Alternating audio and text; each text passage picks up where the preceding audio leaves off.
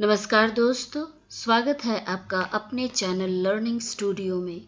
Learning studio में आज हम जानेंगे प्रमुख निर्गुण संत कवियों के बारे में, जिसमें प्रमुख हैं कबीर, गुरु नानक, दादू दयाल और रैदास। दोस्तों, इससे पहले जो मैंने वीडियो बनाया था उसमें आपने देखा हिंदी संत काव्य के विचारधारा के बारे में। संत काव्य की वैचारिक आधार क्या था, उनकी सामाजिक परिस्थितियाँ क्या थी, किन किन सामाजिक परिस्थितियों ने कवियों को मजबूर किया काव्य रचना करने के लिए, और उनके काव्य रचना क्या क्या महत्वपूर्ण थीम था उसके बारे में। तो आज हम लोग जानेंगे प्रमुख निर्गुण संत कवियों के बारे में विस्तार से। तो चलिए शुरू करते हैं।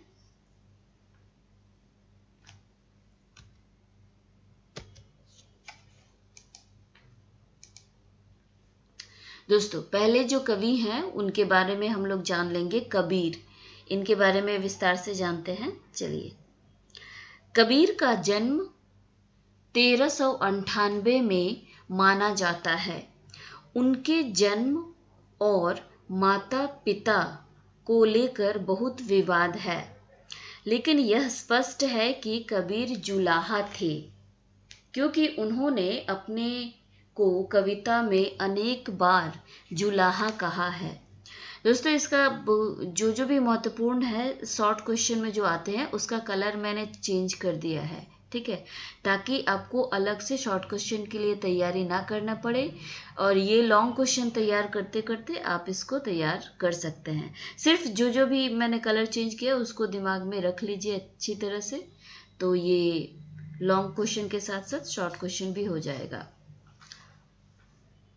आचार्य हजारी प्रसाद द्विवेदी ने अपनी पुस्तक कबीर में प्राचीन उल्लेखों, कबीर की रचनाओं, प्रथाओं, वियनजीवी जातियों की रीति रिवाज का विवेचन विश्लेषण करके दिखाया है कि आज की वियनजीवी जातियों में से अधिकांश किसी समय ब्राह्मण श्रेष्ठता को स्वीकार नहीं करती थी।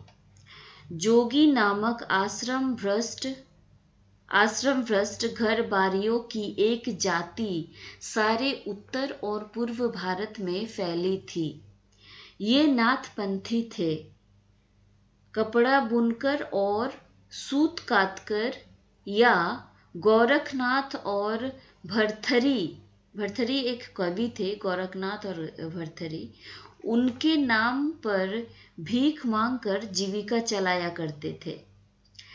इनमें निराकार भाव की उपासना प्रचलित थी। निराकार मतलब एक आकार नहीं, एक से अधिक भगवान नहीं, एक ही आकार, मतलब सारे ईश्वर।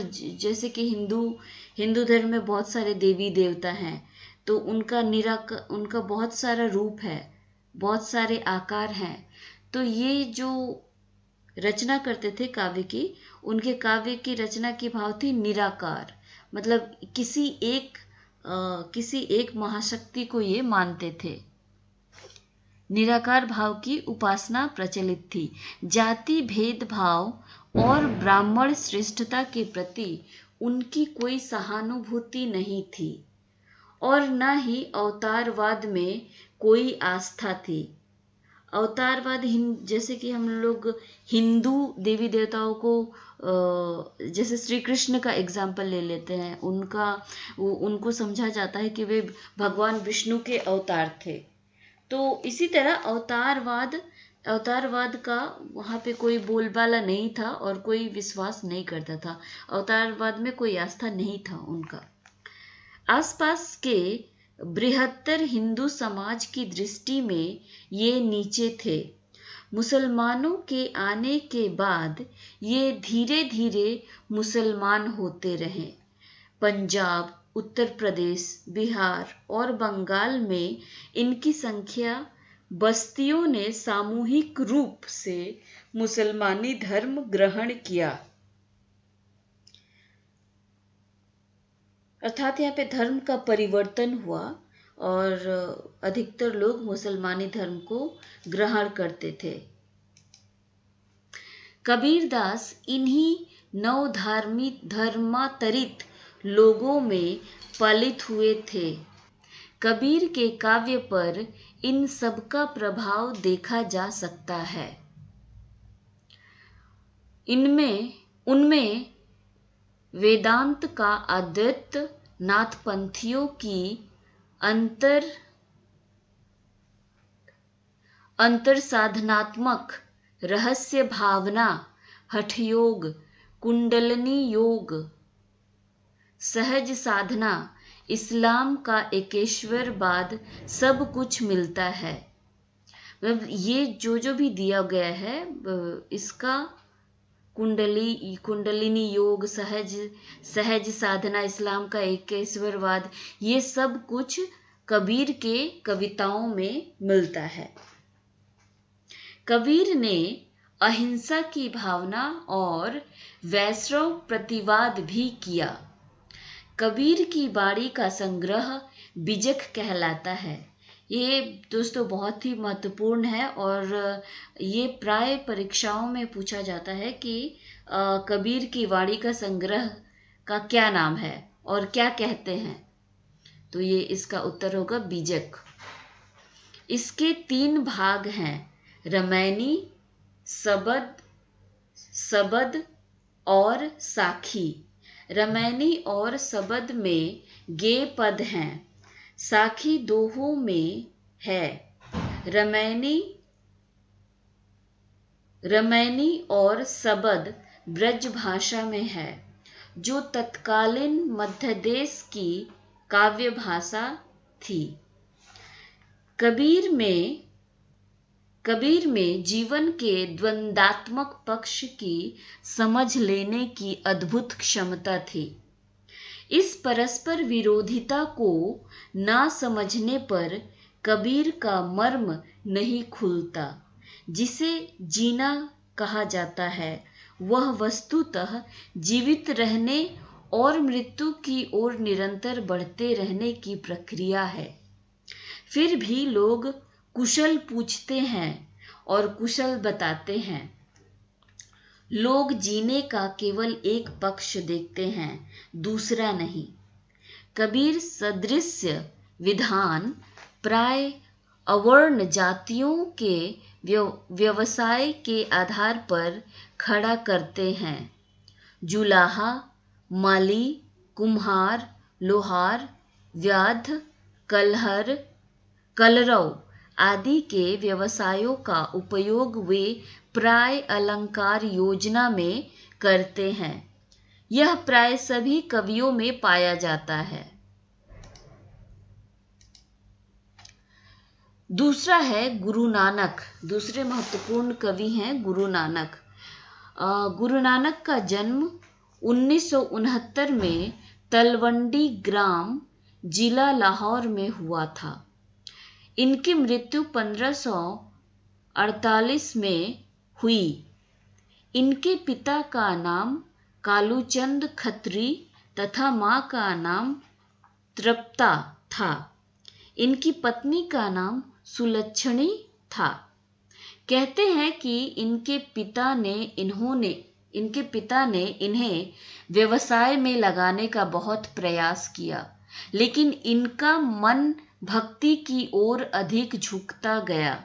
इन्होंने हिंदू मुसलमान दोनों के समान धार्मिक उपासना पर बल दिया तथा वर्णाश्रम व्यवस्था और कर्मकांड का विरोध करके निर्गुण ब्रह्म भक्ति का प्रचार किया। गुरु नानक ने व्यापक देशाटन किया, मक्का मदीना तक की यात्रा की। देशाटन मतलब पर्यटक जो देश विदेश घूमते हैं, एक स्थान से दूसरे स्थान पे जाना, तो वही देशाटन हो गया। गुरु नानक ने व्यापक देशाटन किया था। कहते हैं कि मुगल सम्राट बाबर से भी इनकी भेंट हुई थी। यात्रा के दौरान साथ में इनके साथी और शिष्य रागी नामक मुस्लिम रहते थे, जो इनके द्वारा रचित पदों को गाते थे। गुरु नानक ने सिख धर्म का प्रवर्तन किया। ये भी एक महत्वपूर्ण सूचना है। प्रश्न आता है, गुरु नानक ने किस धर्म का प्रवर्तन किया, या फिर उल्टा भी आ सकता है, सिख धर्म का प्रवर्तन किसने किया? तो उत्तर होगा गुरु नानक ने। गुरु नानक ने पंजाबी के साथ साथ हिंदी में भी कविताएं लिखी। इनकी हिंदी में ब्रज भाषा और खड़ी बोली दोनों का मेल है। इनकी भक्ति और विनय के पद बहुत मार्मिक हैं। इनके भक्ति और विनय के पद बहुत मार्मिक हैं। शामकता इनके व्यक्तित्व और रचना की विशेषता है। गुरु नानक ने उलटबासी शैली नहीं अपनाई है। इनके दोहों में जीवन के अनुभव उसी प्रकार गुथे हैं जैसे कबीर की रचनाओं में। आदि गुरु ग्रंथ साहब के अंतर्गत महला नामक प्रकरण में इनकी बानी संकलित है। उसमें शब्द श्लोक मिलते हैं। गुरु नानक की रचनाएं हैं जपूजी, आसा दीवार, रहीदास, रहीरास और सोहिला। ये बहुत ही महत्वपूर्ण है। बहुत सारे कॉम्पिटिटिव एग्जाम बोलिए या फिर ऐसे एकेडमिक परीक्षाओं बोलिए, उसमें ये प्रश्न आता है कि जपूजी किसकी रचना थी, आसा दीवार किसकी रचना थी, या फिर गुरु नानक की रचनाएं के बारे में बताइए, रचना कौन कौन सी रचना थी। तो ये बहुत ही महत्वपूर्ण है, इसको आप जरूर याद कर लें। अगला है, गुरु नानक की ही परंपरा में उनके उत्तराधिकारी गुरु कवि हुए। इनमें कुछ प्रमुख हैं जिनके नाम जिसके नाम मैंने क्रमानुसार दिया हुआ है। गुरु अंगद, इनका जन्म 1504 ईस्वी में हुआ था। उसके बाद है गुरु अमरदास, इनका जन्म 1479 में हुआ था। गुरु रामदास, इनका जन्म 1514 ईस्वी में हुआ था। गुरु अर्जुन, इनका जन्म 1563 में हुआ। गुरु तेग बहादुर, इनका जन्म 1622 ईस्वी में हुआ। और 10वें गुरु गुरु गोविंद सिंह, इनका जन्म 1664 में हुआ। और इनके बारे में बहुत सारे प्रश्न आते हैं, छोटे छोटे प्रश्न आते हैं गुरु गोविंद सिंह के बारे में। ये 10वें गुरु थे। गुरु गोविंद सिंह ने अनेक ग्रंथों की रचना की।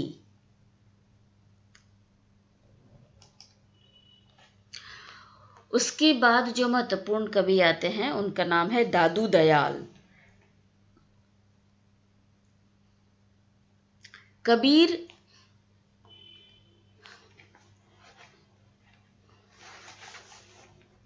कबीर की भांति दादू के जन्म और उनकी जाति के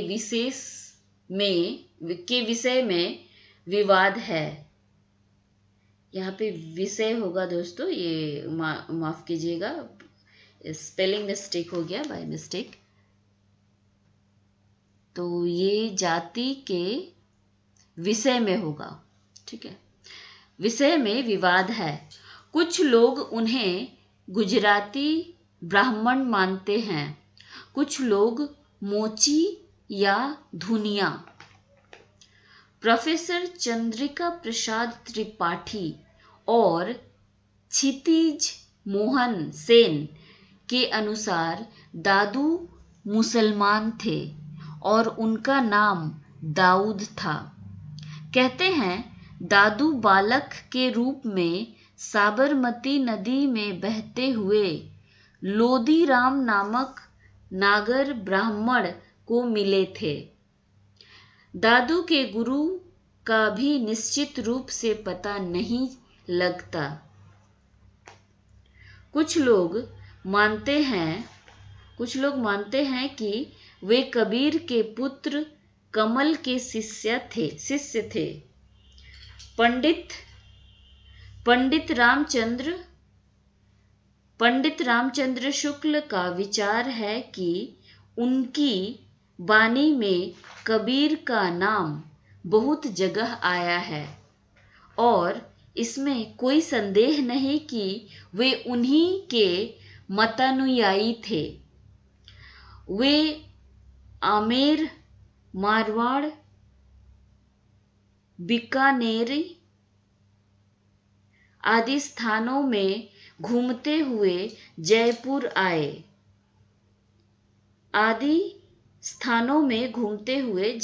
आए। वहीं के भराने नामक स्थान पर इन्होंने 1603 ईस्वी में शरीर छोड़ा। वह स्थान दादू पंथियों का केंद्र है। दादू की रचनाओं का संग्रह उनके 2 शिष्यों संतदास और जगन्दास ने हरड़ेवानी नामक से किया है। दोस्तों, ये भी एक बहुत महत्वपूर्ण प्रश्न है, बहुत महत्वपूर्ण जानकारी है जो शॉर्ट क्वेश्चन में आता है, पूछा जाता है कि हरड़ेवानी किसकी रचना है और हरड़ेवानी में किसका संग्रह किया गया है। तो ये इसका उत्तर होगा दादू दयाल की रचनाओं का संग्रह को हरड़ेवानी नाम से जाना जाता है और उनके 2 शिष्यों ने संतदास और जगन्दास ने इसमें संग्रहित किया है। कालांतर में रज्जब ने इसका संपादन अंगवधू नाम से किया। उनकी रचनाओं का प्रामाणिक संकलन परशुराम चतुर्वेदी द्वारा संपादित दादू दयाल में सुलभ है।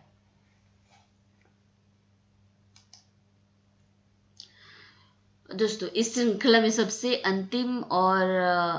अंतिम कवि आते हैं रैदास। रैदास भी रामानंद के शिष्य थे। उन्होंने अपने एक पद में कबीर और सेन का उल्लेख किया है, जिससे स्पष्ट होता है कि वह कबीर से छोटे थे और लगभग 15वीं सदी उनका समय रहा होगा। ये एक अनुमान लगाया गया है, स्पष्ट इनके बारे में पता नहीं चल सका है और पता भी चला है तो उसमें विवादास्पद हैं। जो भी तथ्य सामने आए हैं वो विवादास्पद हैं और ये जो 15वीं सदी का हम लोग मान रहे हैं, ये भी आपका अनुमान के रूप में मानते हैं। धन्ना और मीराबाई ने रैदास का उल्लेख आदर पूर्वक किया। यह भी कहा जाता है कि मीराबाई रैदास की शिष्या थी। उसी के आधार पर ये बताया गया कि ये 15वीं शताब्दी उनका समय रहा होगा। इस अनुमान से रैदास ने अपने को एकाधिक स्थान पर चमार जाति का कहा है। रैदास काशी के आसपास के थे। रैदास की कविता की विशेषता उनकी निरीहता है। आदि गुरु ग्रंथ साहब में संकलित है। कुछ पद सतबानी में है। ये बहुत ही महत्वपूर्ण है दोस्तों। जैसे रैदास की कविता की विशेषता उनकी निरीहता में है और ये आदि गुरु ग्रंथ साहब में संकलित है। ये प्रश्न आता है कि आदि रैदास की वाणी किस में संकलित है, तो ये गुरु ग्रंथ साहब में संकलित है। ये उसका उत्तर होगा। इसका मैंने कलर चेंज नहीं किया है, एक्चुअली मैं भूल गई थी इसको करना, लेकिन ये बहुत ही महत्वपूर्ण है। शॉर्ट क्वेश्चन आते हैं, आप इसको जरूर याद रखें। अगला है रैदास की भक्ति का ढांचा निर्गुणवादियों का ही है, परंतु उनका स्वर कबीर जैसा आक्रामक नहीं है। रैदास की कविता की विशेषता उनकी निरीहता है। वे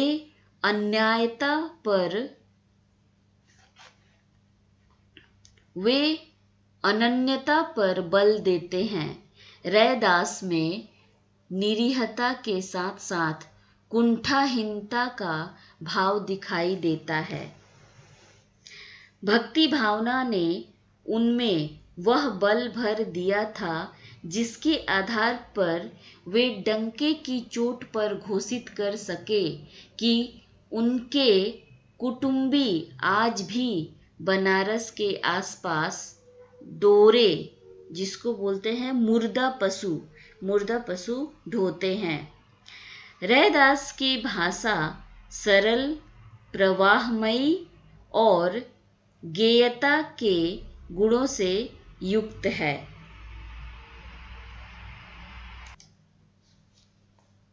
तो दोस्तों, ये थी जानकारी प्रमुख निर्गुण संत कवि के बारे में, संत विभिन्न कवियों के बारे में, कबीर, दादू दयाल, गुरु नानक और रैदास के बारे में। तो इसमें मैंने छोटे से छोटे इन्फॉर्मेशन को भी देने का प्रयत्न किया है ताकि कोई भी चीज़ आपसे छूटे ना। तो इसका मैंने भरपूर कोशिश किया है कि आपको ज़्यादा से ज़्यादा जानकारी दे पाऊँ इस वीडियो में और इस टॉपिक से रिलेटेड। और उम्मीद करती हूँ कि इसमें दी गई जानकारी आपको अच्छी लगी होंगी। अगर अच्छी लगी है तो आप इसे लाइक एंड सब्सक्राइब ज़रूर करें। और इससे रिलेटेड कोई भी आपका प्रश्न हो तो नीचे कमेंट बॉक्स में आप मुझसे पूछ सकते हैं, मैं उसका सहर्ष उत्तर देने का प्रयास करूंगी। और इसके बाद जो मैं लेके आऊंगी वीडियो, इसके बाद जो होगा वो संत काव्य की प्रमुख विशेषता के बारे में होगा। अब तक हम लोगों ने पढ़ा हिंदी संत काव्य के वैचारिक आधार के बारे में, मतलब सामाजिक परिस्थितियों के बारे में, कबीर के बारे में, निर्गुण संत कवियों के बारे में। और इसके बाद जो होगा उसके बाद हम लोग पढ़ेंगे संत काव्य की विशेषताओं के बारे में। ठीक है, अगर अच्छा लगा है तो आप इसे लाइक एंड सब्सक्राइब जरूर करें, अपने दोस्तों को भी फॉरवर्ड करें ताकि एग्ज़ाम में उनको भी हेल्प मिल सके। मिलते हैं किसी और वीडियो में, और तब तक के लिए धन्यवाद।